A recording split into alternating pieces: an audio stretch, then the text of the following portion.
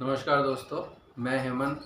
आज करेंगे book reading. Book है रामधारी सिंह दिनकर जी की लिखी हुई रश्मि रति। इस बुक के बारे में आप लोगों ने पहले ही सुन रखा होगा। ये बुक फेमस तो है ही क्योंकि बहुत अच्छी लिखी हुई है। रामधारी सिंह दिनकर जी भी बहुत बड़े लेखक थे। और अभी आशुतोष राणा जी की जो फेमस है, जो संवाद है श्री कृष्ण का युद्ध को लेके, कौरव पांडव वाले युद्ध को लेके, कुरुक्षेत्र का, बहुत अच्छी स्टोरी है। तो वो वैसे भी इसके थर्ड पार्ट की तृतीय सर्ग है, उसकी स्टोरी है।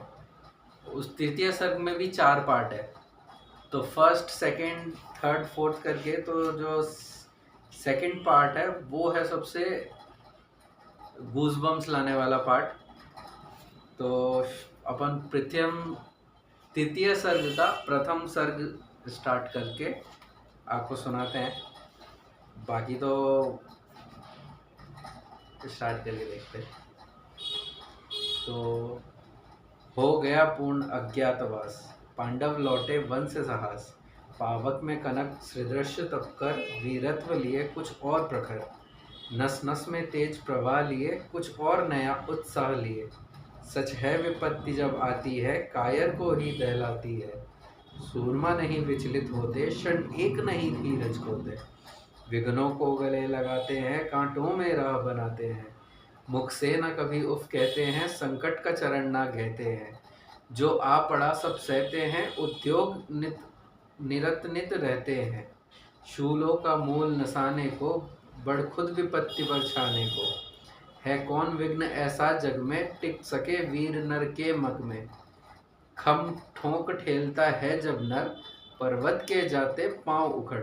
मानव जब जोर लगाता है, पत्थर पानी बन जाता है। गुण बड़े एक से एक प्रखर है, छिपे मानवों के भीतर। मेहंदी में जैसी लाली हो, वार्तिका बीज उजियाली हो।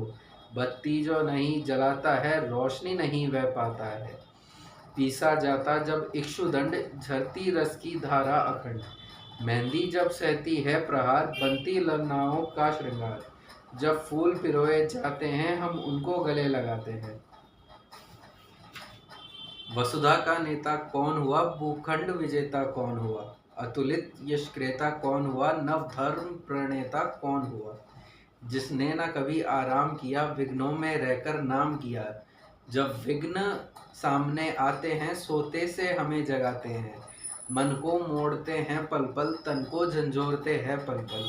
सतपथ की ओर लगाकर ही जाते हैं, हमें जगाकर ही।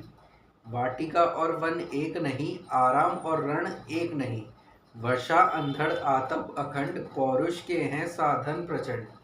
वन में प्रसून को खिलते हैं, वन में प्रसून तो खिलते हैं, बागों में शाल ना मिलते हैं। कंकरिया जिनकी सेज सुधर, छाया देता केवल अंबर। विपदाएं दूध पिलाती है, लोरी अंधिया सुनाती है। जो लाक्षागृह में जलते हैं, वे ही शूरमा निकलते हैं। बढ़कर विपत्तियों पर छा जा, मेरे किशोर मेरे ताज़ा। जीवन का रस छन जाने दे, तन को पत्थर बन जाने दे। तू स्वयं तेज भयकारी है, क्या कर सकती चिंगारी है। ये था फर्स्ट पार्ट। और आपको अभी से ही फील होने लग गया होगा कितना मोटिवेशनल है और कितना गूजबम्स वाला है। अब जो सेकंड पार्ट आ रहा है, ये तो और खतरनाक है। तो मैं चाहूँगा आप गौर से सुने। ये तब की बात है जब पांडव वापस अज्ञातवास पूर्ण करके जब वापस लौटे। शुरू करते हैं। वर्षों तक वन में घूम घूम, बाधा विघ्नों को चूम चूम। सह धूप धाम पानी पत्थर, पांडव आए कुछ और निकल। सौभाग्य न सब दिन सोता है, देखे आगे क्या होता है। मैत्री की राह बताने को, सबको सुमार्ग पर लाने को। दुर्योधन को समझाने को, भीषण विध्वंस बचाने को। भगवान हस्तिनापुर आए, पांडव का संदेशा लाए। दो न्याय अगर तो आधा दो, पर इसमें भी यदि बाधा हो, तो दे दो केवल 5 ग्राम, रखो अपनी धरती तमाम। हम वहीं खुशी से खाएंगे, परिजन पर असीना उठाएंगे। दुर्योधन वह भी दे न सका, आशीष समाज की ले न सका। उल्टे हरि को बांधने चला, जो था असाध्य साधने चला। जब नाश मनुज पर छाता है, पहले विवेक मर जाता है। हरि ने भीषण हुंकार किया, अपना स्वरूप विस्तार किया। डगमग डगमग दिग्गज डोले, भगवान कुपित होकर बोले, जंजीर बढ़ाकर साध मुझे, हाँ हाँ दुर्योधन बांध मुझे। यह देख गगन मुझ में लय है, यह देख पवन मुझ में लय है, मुझ में विलीन झंकार सकल, मुझ में लय है संसार सकल। अमरत्व फूलता है मुझ में संसार संहार झूलता है मुझ में। उदयाचल मेरा दीप्त बाल, भूमंडल वक्षस्थल विशाल, भुज परिधि बंद को घेरे हैं, मैं नाक मेरु पग मेरे हैं।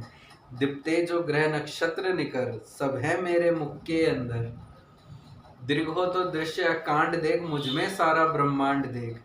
चर अचर जीर जक्षर अक्षर, नश्वर मनुष्य सुर जाति अमर। शतकोटि सूर्य शतकोटि चंद्र, शतकोटि सरित सर सिंधु मंद। शतकोटि विष्णु ब्रह्मा महेश, शतकोटि जिष्णु जलपति धनेश। शतकोटि रुद्र शतकोटि काल, शतकोटि दंडधर लोकपाल। जंजीर बढ़ाकर सांधिने, हाँ हाँ दुर्योधन बांधिने। भूलोक अतल पाताल देख, गत और अनागत काल देख। यह देख जगत की आदि सजन, यह देख महाभारत का रण। मृतकों से पटी हुई भू है, पहचान कहाँ यहाँ इसमें तू है। अंबर में कुंतल जाल देख, पद के नीचे पाताल देख। मुट्ठी में तीनों काल देख, मेरा स्वरूप विकराल देख। सब जन्म मुझी से पाते हैं, फिर लौट मुझी में आते हैं। जिह्वा से कड़ती ज्वाला सघन, सांसों में पाता जन्म पवन। पड़ जाती मेरी दृष्टि जिधर, हंसने लगती है सृष्टि उधर।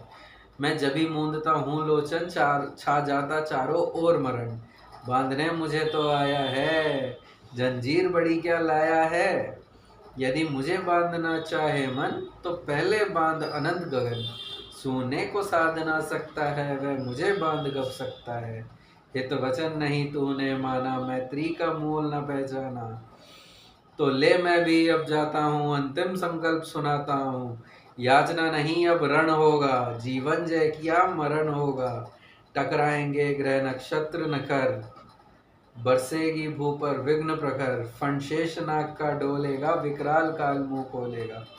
दुर्योधन रण ऐसा होगा, फिर कभी नहीं जैसा होगा। भाई पर भाई टूटेंगे, विश्व बाण बूंद से छूटेंगे।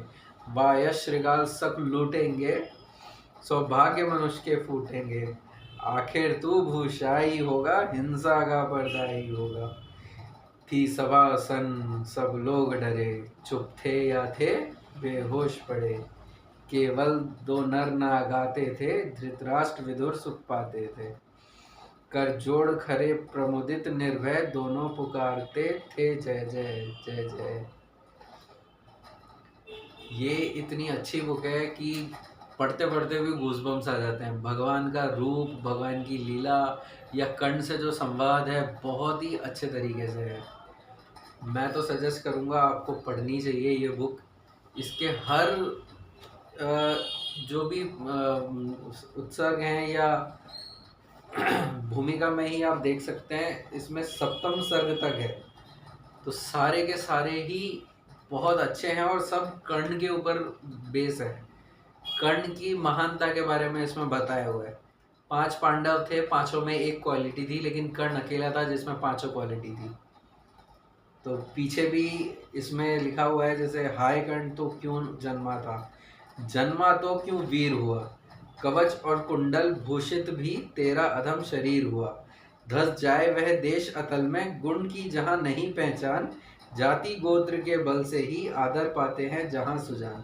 ये भी बहुत अच्छी बात लिखी हुई है। धर्म जाति गोत्र के से कुछ नहीं होता, आदमी की सोच और उसकी क्वालिटी मैटर करती है, जो अपन को पिछड़ा समाज का होने से बचाती है। तो कर्ण के बारे में वही है। कर्ण ने ऐसा बहुत कुछ किया है, महान काम। दान भी, आप इस बुक को पढ़ोगे तो बहुत अच्छा नॉलेज मिलेगा। ओ शिट, बंदर आ गए। कल मिलते हैं फिर दूसरे ब्लॉग में।